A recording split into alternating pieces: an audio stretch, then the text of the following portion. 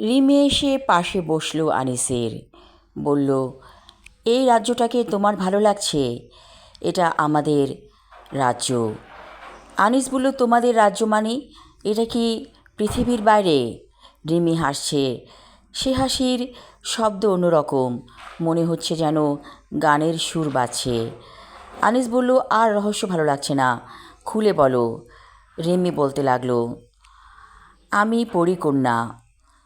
তাই নাকি? তাহলে তোমার সাথে আমার কি করে কথা হতো?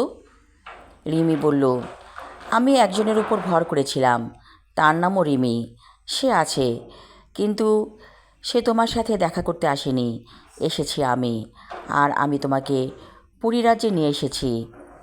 আমার বাবা মানুষ, কিন্তু আমার মা ছিল পরী। আমরা অনেকগুলো ভাই বোন।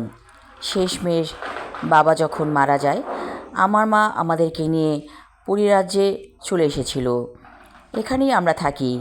কিন্তু যেহেতু আমি মানুষের কন্যা, মাঝে মাঝে আমি মানুষদের কাছে যাই। যেই রিমিকে তুমি দেখেছিলে, সে আমার মতোই দেখতে। আমি ওর মাঝে ভর করি। আনিস বলল, তুমি তো দেখতে অনেক সুন্দর। আমি তো তোমাকে পরেই মনে করেছিলাম। রিমি হাসছে। ওর চোখগুলো এত সুন্দর, মনে হচ্ছে যেন হীরার মতো জ্বলজ্বল করছে। আনিস বলল, রিমি, আমি তোমাকে অনেক পছন্দ করে ফেলেছি। যদি চাও আমি তোমাকে বিয়ে করব। রিমি বলল, আমি তো বিয়ে করতেই চাই, যার কারণে তোমাকে নিয়ে এসেছি। আচ্ছা রিমি, সত্যি করে বলো তো, কালীপদ লোকটিকে, তোমার সাথে তার কী সম্পর্ক? সে তোমাকে নিয়ে খুব বাজে কথা বলেছিল। তুমি নাকি নিশিকন্যা কাস্টমারের সাথে ব্যস্ত আছো। রিমি হাসছে। এই হাসির রহস্য আরেক রকম। রিমি বলল, কালীপদ আমাকে ভালোবাসে, তাই আমার নামে কুৎসা রটায়। কিন্তু আমি কালীপদকে বিয়ে করব না।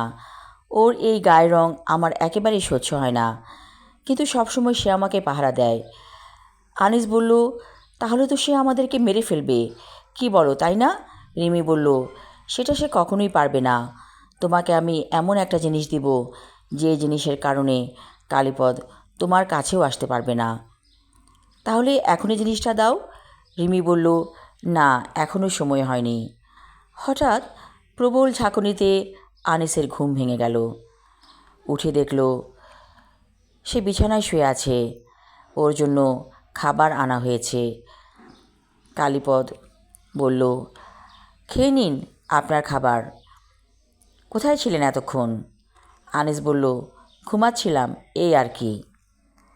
আমি আমার লেখা ছোট গল্প নিশিকন্যা পর্ব 3 পড়লাম। পরবর্তী অংশ থাকবে আগামী পর্বে। ধন্যবাদ।